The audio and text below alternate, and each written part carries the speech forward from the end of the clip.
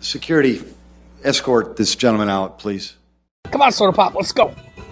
Hello, Mr. Mayor, City Council people, City Attorney. My name is June Staggers. At the 4 o'clock meeting, it ended with an executive session with closed doors. First, what does an executive session mean and when does it occur? Initially, I thought it was primarily for personnel or contractual matters. Please educate me on this matter. Furthermore, as a citizen of Sioux Falls, I believe you all should reduce the number of closed-door sessions that you have. The public likes transparency, and public officials should be allowed to represent their electorate. Thank you. Thank you, Ms. Staggers. Appreciate that. Folks, anybody else want to engage the council? Welcome.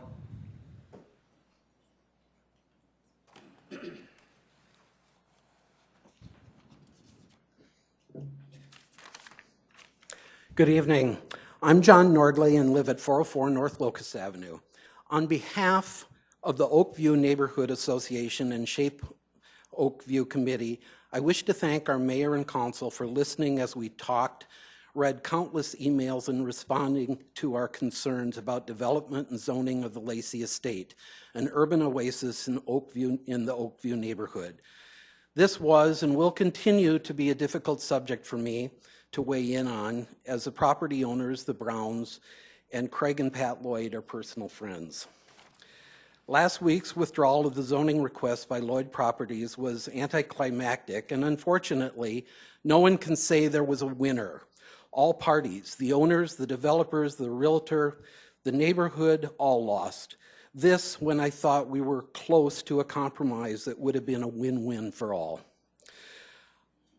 On the other hand, perhaps there was a winner, and that was the Oakview Neighborhood Association. We gathered over 200 households in opposition to the Lloyd development of the Lacey Estates as initially presented in less than 2 months. After a 3-year slow start, we are officially organizing, and we intend to continue to work at finding a solution to the development of this property so all parties can be winners. Our association has learned much over the last few months and will continue to identify concerns and seek solutions to the betterment of our neighborhood and Sioux Falls. And I thank you for the support of the neighborhood associations. On a more personal note, I, as a 34-year member and past president of Downtown Rotary, I wish to thank you for your support of Rotary Park. Thank you all. Thanks, John. Appreciate that. Folks, anybody? Welcome.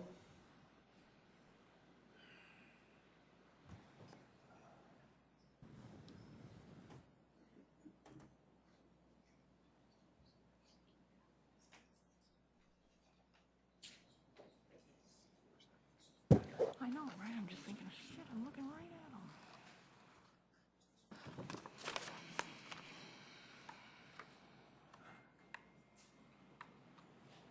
Oh, this is the wrong one.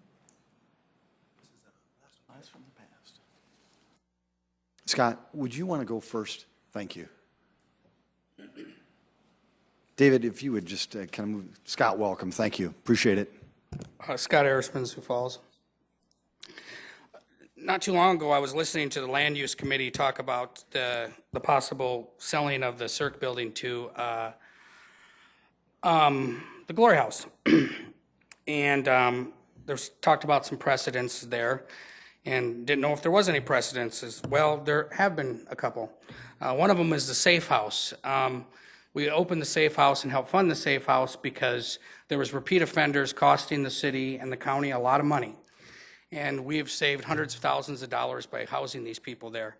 Another example was the city used to rent the horse barn for $1 a year to the Sioux Empire Arts Council, and that was pretty valuable in the world of the arts. People from the Parks Department in the city said that the building was of value and that they needed to hold on to it because they were speculating, and they're being land speculators, I guess, and trying to make some money. But what is the real value here? The real value here, similar to the Safe House or the horse barn, is the value of keeping ex-criminals out of jail and saving taxpayers lots and lots of money by doing that. Even if we gave the building away, we would be saving taxpayers money. We could lease the building. We could contract for deed for the building and the land. The other thing about it is they talk about the 49th Street expansion. Well, the Glory House is not going anywhere. They're at where they're at. So why not expand the building right where they're at and do it there? I've had the experience of working for an employer who hires people from the Glory House. Now, some of them don't work out for the reasons that the directors talked.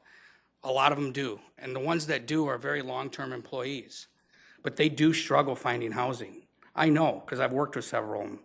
I mean, they pull their hair out because they have a certain amount of time they can be there, and then they're out on their own, and nobody will rent to them. And I think that it would be a good thing, a good deed on part of the city to either, sell the building for a minimal amount, lease it, contract for deed. I mean, we lease the Phillips Avenue Diner. The city leases the space for them. The diner, they don't own the land that they're sitting on. The city owns it.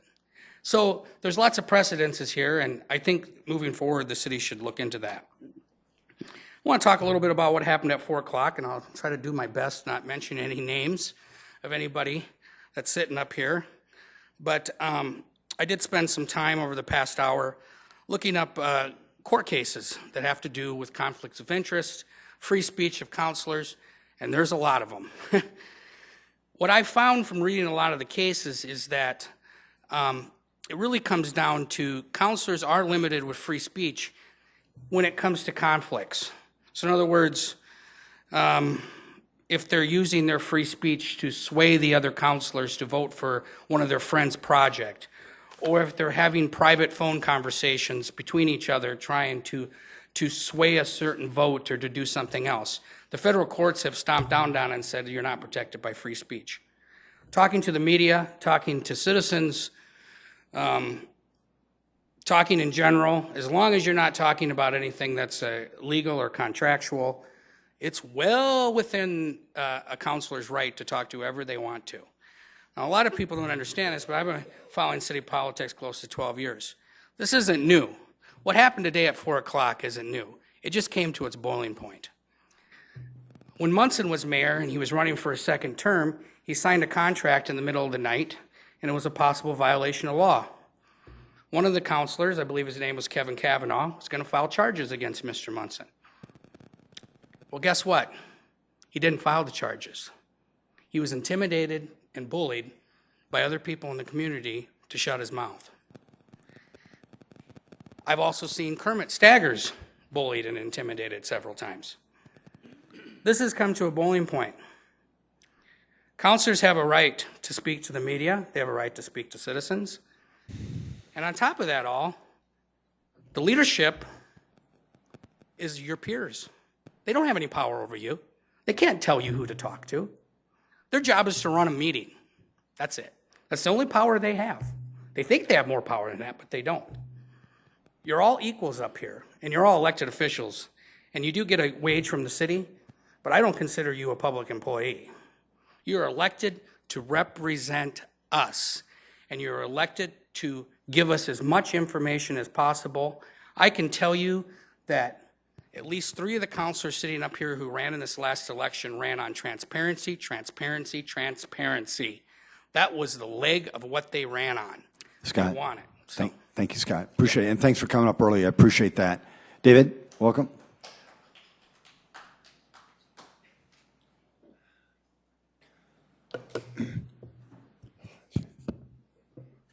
Got to turn on my timer. Anyway, I'm David Sokaitis, and I'm here to talk about the proposed administrative building. Now, I don't really have much of an opinion on whether the building needs to go up or not, because I need more data. Without data, I can't make an assessment. But I do have an opinion on how we need to talk about the building. And there's been a little too much acrimony, and I would like to see all that get washed away, and more peace and harmony and all that cool stuff. Okay. So, we had a petition. Went through some petition process, it was registered, but not reviewed, and then it was later ejected. Now, this just looks really bad. It looks like the city tries to set people up to not do petitions. And whether or not that's actually the case isn't really so important as looking bad, because if it looks bad, it feels bad. So I'd kind of like to recommend cleaning up a mess. And, you know, there's been acrimony going back and forth, and people accuse each other, and we don't need that. So to clean up the mess, I would like to see somebody just apologize for the confusion. Now, that's not the same as accepting blame. It's just trying to clear things up. And, you know, the process should be corrected so that this kind of thing never happens again. It's a way to build trust and rapport between citizens and council. Okay. And then, you know, if we get some trust going, then the people who accuse the city of being nefarious could have cause to apologize. Doesn't that sound great? And then clean things up. And then, you know, we've got this petition that 6,000 people signed, and I would like to see the city honor and acknowledge that petition in some formal manner. Don't know what the best way is. Maybe you could make a resolution, maybe a referendum, maybe some kind of election. But this accomplishment should be acknowledged in some formal manner, and I'll leave that exact implementation up to you, because that's your job. Sometimes when people get excited about something, they exaggerate a little bit, and then it gets harder to analyze the issues for what the issues really are. So if at all possible, unrealistic claims should be substantiated or retracted. And if I ever come up here and say something that's totally off the wall, call me on it. I'll come back and say I screwed up. Don't need pride. Okay, now, when the city wants to build something, well, we go through this kind of a step. You need to sell bonds, you get bids, you get a contract, start construction. But one thing I've learned is that you can stop the process anywhere you want to, and you don't get nailed for it. So people are trying to say that the deal is done, and I'm saying, no, it's not done. It's not done until it's halfway up. Then you better finish it. But until then, it's not done. All right. So I've heard a variety of justifications for this new building, but I haven't seen any numbers. I've heard guesses that it's going to improve efficiency. Well, how much is that going to save? And I've heard estimates that, you know, we've got growing staff, but I haven't seen any numbers. Well, I'm a data scientist, among other things, so I found some numbers. And here we are. The purple line is a number of city staff over the last 10 years, definitely going up. The red line is a first order approximation of the trend. It's a linear fit, should be a logarithmic fit, but best I could do overnight. Looks like we're going to need some more space. 50 people in the next 5 years, 100 people. We're going to need some space. We'll need some spot to put them. But there's a whole series of unanswered questions along with this, like which offices are going to be combined? What are you going to do with the underutilized space? Other construction building options. So the proposal needs more work, it needs more data. But when the city goes and tries to shove something through without data, and when you avoid petitions, it just looks bad. Whether or not it is bad is a different question, but it looks bad. So I'm recommending that all of this mess get cleaned up and present more data to the citizens so we can take a better look at this large proposal and evaluate it in a reasonable manner. And with that, I bid everybody a good evening. Thank you, David. Well, folks, thank you. Okay. Folks, is there anybody else who wants to engage the council? If you'd just be ready, we'd appreciate it. Welcome. Bruce Danielson, Sioux Falls. It's nice to see the press has a new spot this week, and we can keep playing musical chairs and see where they land next week. They could be back over here. They could be just about anywhere, I guess. Isn't it funny how insecure people have a way of becoming authoritarians and rulers versus leaders? You're not a team. You never were designed to be a team. Anyone who says you are, doesn't understand any part of this process. You're a legislature. Legislatures are varying groups of people, ideas that come together to accomplish something. What we've been seeing is a group of people have decided to run this thing as if they're cracking a whip down on the old plantation. You're not placed in your chairs to be a go-along, get-along team player. Each of you has strengths and weaknesses and must work together to pass legislation. You're not to be a unified team no matter what anyone says. This is a body organized to do the people's work. Do not confuse the fact that you were elected to a body called City Council and feel in any way that you're only to do your work only as a team. You're not a homogeneous family. Don't pretend to be one. Don't hide your disagreements. This afternoon was a shameful abuse by the ruler of the meeting process. Some of you actually ran on principles, and the people voted to put you in your chair because of those principles. The fact that you're currently warming a chair in front of us means the voters chose you to add to the dialogue. We, the people, do not like it when you feel you can browbeat or threaten members who choose to follow their own principles.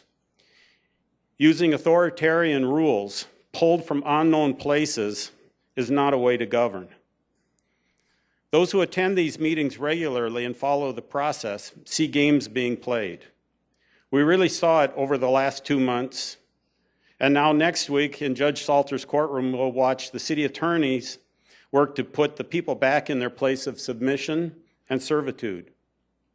We fight on because we can. When you pay attention to this body, it's easy to see what's going on. Once we see it, we video it and report it. That's why those cameras are in the back of the room. That's why those cameras are sitting here. We all want to know what's going on here. We fight on because we can. When you pay attention to this body, it's easy to see what's going on. Once we see it, we video it and report it. Just remember that. We are documenting the continuing use of the illegal executive sessions and are currently deciding what to do about it. We're counting 6 of them right now just for this year. Our 6,400 signers know the administration is gaming the system again, and it was proven again today, and we're just supposed to accept it. Just remember there's an election in about 19 months. Some of you are term limited and aren't going to be sitting up there anymore. There may even be a re-election campaign with questionable results. Just consider what you tried to do today, last week, and over the last months. Some of us plan to help the voters not forget. Aw, shucks. And you might miss out on more pretty lunches. Thank you. Folks, is there anybody else who wanted to engage? Ma'am, I apologize. Is there anybody else who wanted to engage the council? Welcome. Tim Stanga. Hi, Tim. One thing I've learned for coming up here is we have a double standard. The public, when we try to talk to city councilors or talk bad about the mayor, we get gavelled or we're told to sit down. But during meetings, there's people on the city council that can down talk to public people. Yeah, nobody says anything about it. See, I was named one of the troubled 5. And I've always told you I'm proud of being a troublemaker because it's in my blood. But one thing that I want to say is, Teresa, I have never had so many phone calls after 6 o'clock on my phone stating that they appreciate what you finally did. This is something that Kermit should have came out and did a long time ago, 7 years ago, because he was bullied. Everybody pushed him to the limit. He was chastised when he would talk. He was made fun of. And the sad part about it is, a lot of the city councilors are told, watch who you talk to. You don't want to talk to the troublemakers. You don't want to talk to anybody that's going to write anything down or to be able to tell the truth. The problem is you are elected by the people of Sioux Falls. And I'll tell you what, people out there do realize there's people that work for the citizens of Sioux Falls, There's people that work for probably the 10 that tell us what to do out of Sioux Falls. I believe that this town is not run by the people. It's run by a certain amount of people. And these people have an agenda. This is what we want done, this is what we need done, and you get it done for us and we will take care of you later on. Whether it's the next election or whether or not you need a job after you're done on the city council and the mayor. City council and the mayor's office is so corrupt, it isn't even funny. I have never seen so much corruption in my life. Whatever happened to open government? What happened to transparency? I think you guys should really look at what happened today. I think there's some people that do owe somebody an apology on how they acted. Because I'll tell you what, people on Sioux Falls watched it on TV today, and they're going to watch it at 10 o'clock. And they're going to find out who really thinks they run Sioux Falls and who is here for the people of Sioux Falls. Folks, is there anybody else who wanted to engage the council tonight? Welcome. Sarah Broussard, Sioux Falls. As you well know, that I'm going to be talking on these officers at the police department. Won't go into specifics, but not just one, but 5 or 6 policemen is disciplined for their actions, for being unprofessional and other stuff that occurred in the jailhouse. It is my understanding that they're going to get training. It's my understanding that Minnehaha County is going to get training and Lincoln County is going to get training on this issue. I've been sitting at council meetings for galore.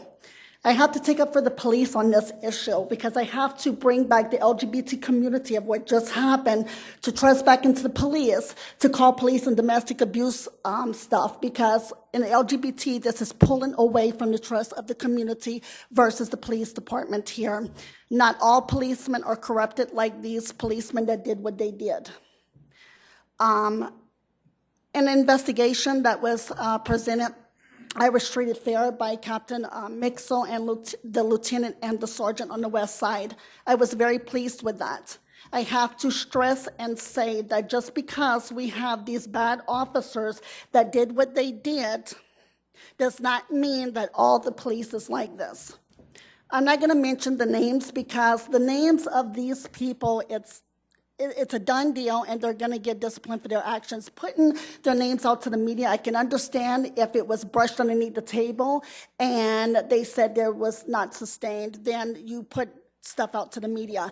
My video to the media today was good enough for me. I know on council, y'all might have LGBT people, your son, your brother, whoever, I know of them on council. You have to take this into consideration and push that we need LGBT training throughout the whole staff of Sioux Falls, not just the police department. The fire department and city officials need to, Mayor.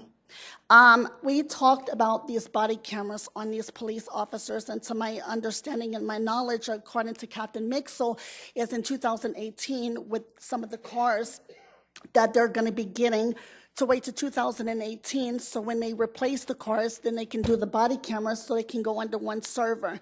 So I'm assuming what he told me is the equipment that they have now is okay for right now until 2018, but those body cameras need to come into place here. They really do. And I'm not saying that the police department's corrupted. I'm not saying that whatsoever. But I'm not pleased with these 5 to 6 officers. I'm not pleased with Minnehaha County and the Lincoln County Police Department. I'm not going to go into details because it's not fair. They go through enough stress, enough PTSD, enough divorce cases, and enough suicides within police departments. But this was not called for whatsoever. I believe that Captain Mixel and Chief Burns will take this up and to the highest level of discipline that they need to on this officer. The other officers, I like to thank one of the officers for taking up for me in the jailhouse. I understand it was inappropriate, and I understand that this officer got disciplined because it shouldn't have been said like it was said. But Mayor, and like I stressed to y'all before, we got issues on the streets. We got LBGT issues that need to be trained on. We are back 20 years behind time. I've talked to policemen, and they said the crime here is getting bad. They're stressing. Police officers are stressing. Will they come to the will they come to the input? No, because it's political here. But we have crime that is rising here. We need policemen to stay up onto this crime. I'm sure it's hard on the chief of policemen to organize all of his policemen here, but we need to get to the hardcore issues and stop pushing everything under the table, thinking that Sioux Falls is a beautiful place to live. We have this LGBT issues that we need to get straight, and I'm hoping that the mayor puts to where all city officials are trained on the sensitivity issue, like the police department's going through. We want city officials like this to go through. I've talked to Captain Pat Storm, and I talked to Greg Knightsert, and they were willing to look at the training and see if they can attend the training. I encourage y'all to get a hold of Colleen to see if y'all can go through the training as well, police-to-police training, as well as the Department of Justice training that they have. More than welcome to do that. I see some of y'all nodding heads. I see body language in here, but it's an issue. It's a sensitivity issue, and we are diverse. You don't want the LGBT community to leave like they already are to go to Minneapolis because of stuff that happens like this. We want to try to get the people back into the community. Thank you. Sierra, thank you as well. Appreciate it. Y'all come back now. Here. What kind of morons run this outfit?